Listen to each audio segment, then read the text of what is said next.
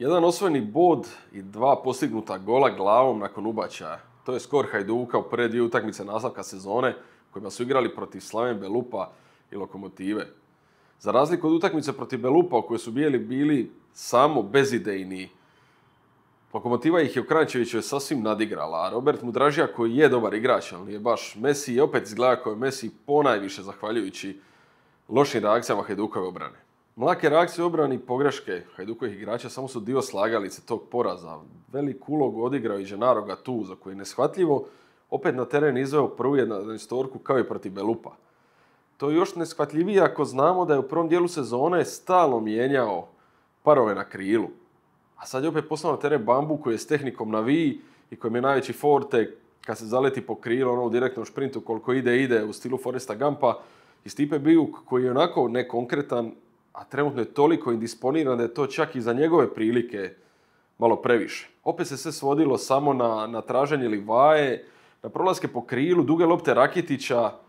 Ništa tu nije bilo toliko smisleno, a najgore od svega je što Hajduk čak i u te situacije koje je uspio kreirati nije znao iskoristiti.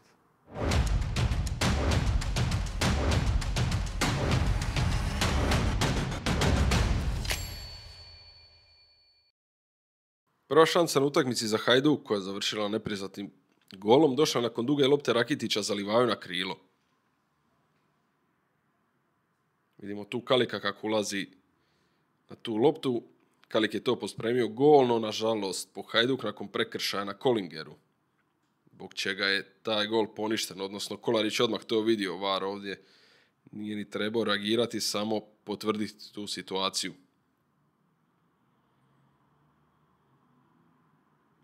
I onda u 14. minuti gol za Hajduk, Diallo glavom nakon kornera i to samo zato što ga je Smaka iz nejasnog razloga ostavio sasvim samog.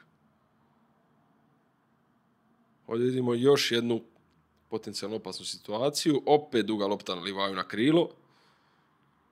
On ubacuje, opet Kalik ulazi, na kraju lopta dolazi do Bijuka koji to šalje nebu pod oblake. Lokomotiva općenito uspješno sprječavala Hajduk da razvije igru zadnje linije. Ovdje vidimo dugu loptu Lučića. Nema tu nekakve strukture akcije, to je čisto Bamba je uspio tu iščeprkati ovu loptu. Da je dobro za Livaju, a Livaja onda nekarakteristično za njega. Sasvim loše zahvaća tu loptu koljenom i ništa ni od toga.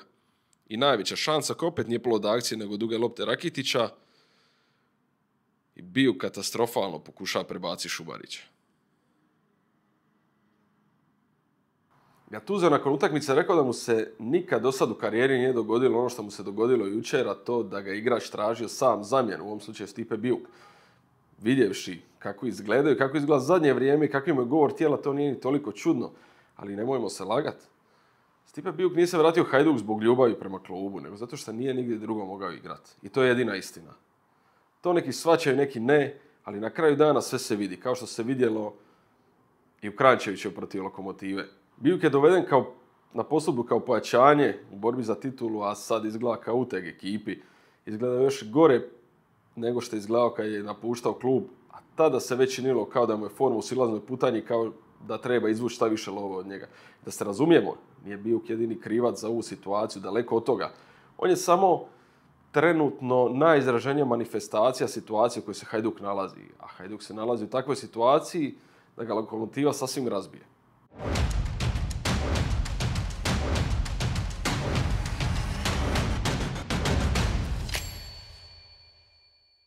Ovo je prvi gol Lokomotive. Pogledajte prvo Bambinu odluku da u ovoj situaciji pošalje ovakvu loptu za Bijuka.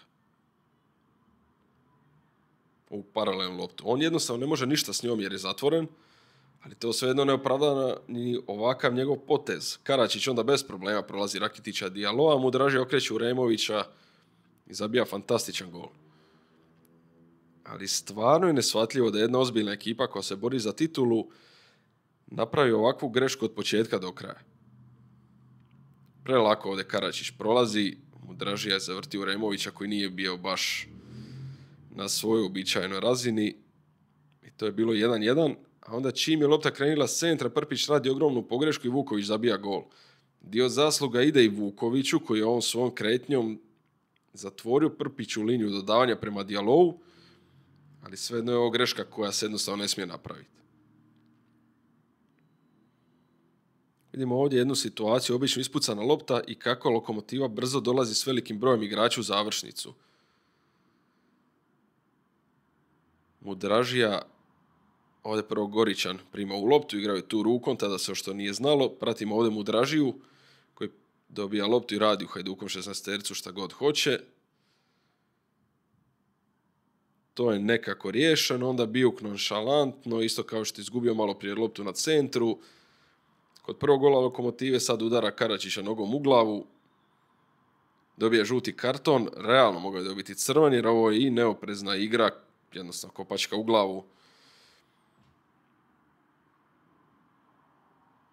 Samo srećom za Hajduk, VAR se javlja da je Goričan u samom začetku akcije igrao rukom i taj Kolarićev dosuđeni kazneni udarac je ispravno poništen.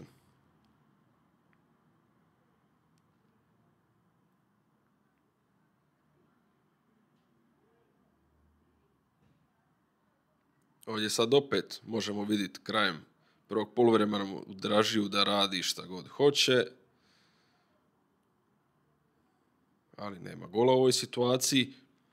I onda serija tragikomičnih reakcija. Prvo tu od Dialloa, onda poslije Uremovića i Dialloa omogućava Lokomotivi gol, ali on je na kraju poništen zbog prekršaja Andrića na Siguru. Ispravno poništen, ali pitanje bi li to Sigurni onako stigao.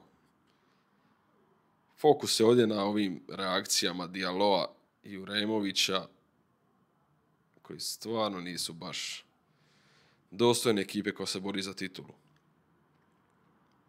I onda gol koji je priznat, opet Mudražija i opet zahvaljujući dijelom Diallovu koji je nenamjerno servirao tu loptu Vukoviću na nogu. To je konačnih 3-2. Jednostavno katastrofalne reakcije Hajduka od početka do kraja i čisto još jedna situacija u kojoj je Lokomotiva mogla dati četvrti gol. Jer je Andrić sam na drugoj strani nakon kontre Lokomotive. Ali to je na kraju loš udarac i Lučić brani. Vidjeli smo šta je Hajduk napravio u prvom poluvremenu i šta je Lokomotiva napravila Hajduku tijekom cijele utakmice. Idemo sad pogledati šta je Hajduk napravio u drugom dijelu.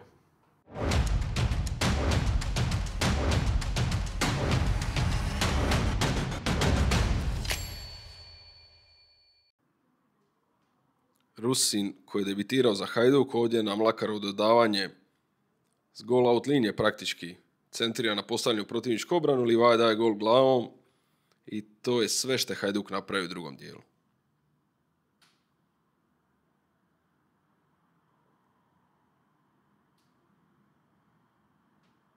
Gattuso je nakon novog neuspjeha rekao da je odgovornost na njemu najveća i da ne može probaviti to što u 7 mjeseci nije uspio mentalno podići momčad.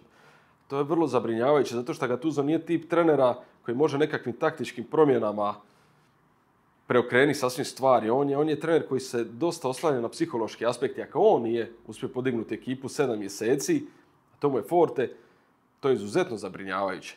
Neki igrači su pušteni da odu. Šta zbog nekvalitete, šta zbog ponašanja, šta zbog kombinacije. A ekipa mu je na Kranjčevićevu izašla izgledajući apsolutno katastrofalno. I što se tiče govora tijela, što se tiče pristupa, čak i Livaja izgledaju disponirano. Šta je sve samo ne slučaj ove sezone. I još jedna stvar koja pokazuje mentalno stanje ekipe. Nakon utakmice nijedan igrač nije dao izjavu. Ako ćemo biti realni, Dario Meljnjak je taj koji u pravilu da izjavu nakon poraza. S obzirom na to da nije igrao protiv Lokomotive, pred mikrofonom nije stao nitko. I nije uopće bitno šta ćeš ti reći. Jer svi znamo da će igrači reći, baciti nekakvu floskuletinu o tome kako treba skupiti glave, kako treba jače trenirati, analizirati pogreške i tako dalje, tako bliže. Nije poanta nečega da će oni konkretno reći što se želi čuti. Poanta je u tome da imaš takav mentalni sklop da nakon poraza dođeš i kažeš tu floskuletinu. Ne zato da bi netko bio pametniji nakon što si ti to rekao, nego zato što jednostavno to pokazuje kakvi si ti i govori o klubu kao cjelini. Ima jedna stvar koja koja se često spominje u NFL-u, koji, ajmo reći, ima najekstremniji stav po pitanju toga da je disciplina i posvećenost cilju važna za uspjeh. A ona kaže da kako radiš jednu stvar, tako radiš sve stvari. I zato što u klubu ne shvaćaju, u Hajduku, ne shvaćaju da je sve što rade bitno i da sve ima svoje posljedice, zato već dugo vremena ne mogu doći do željenog cilja. Vidimo se.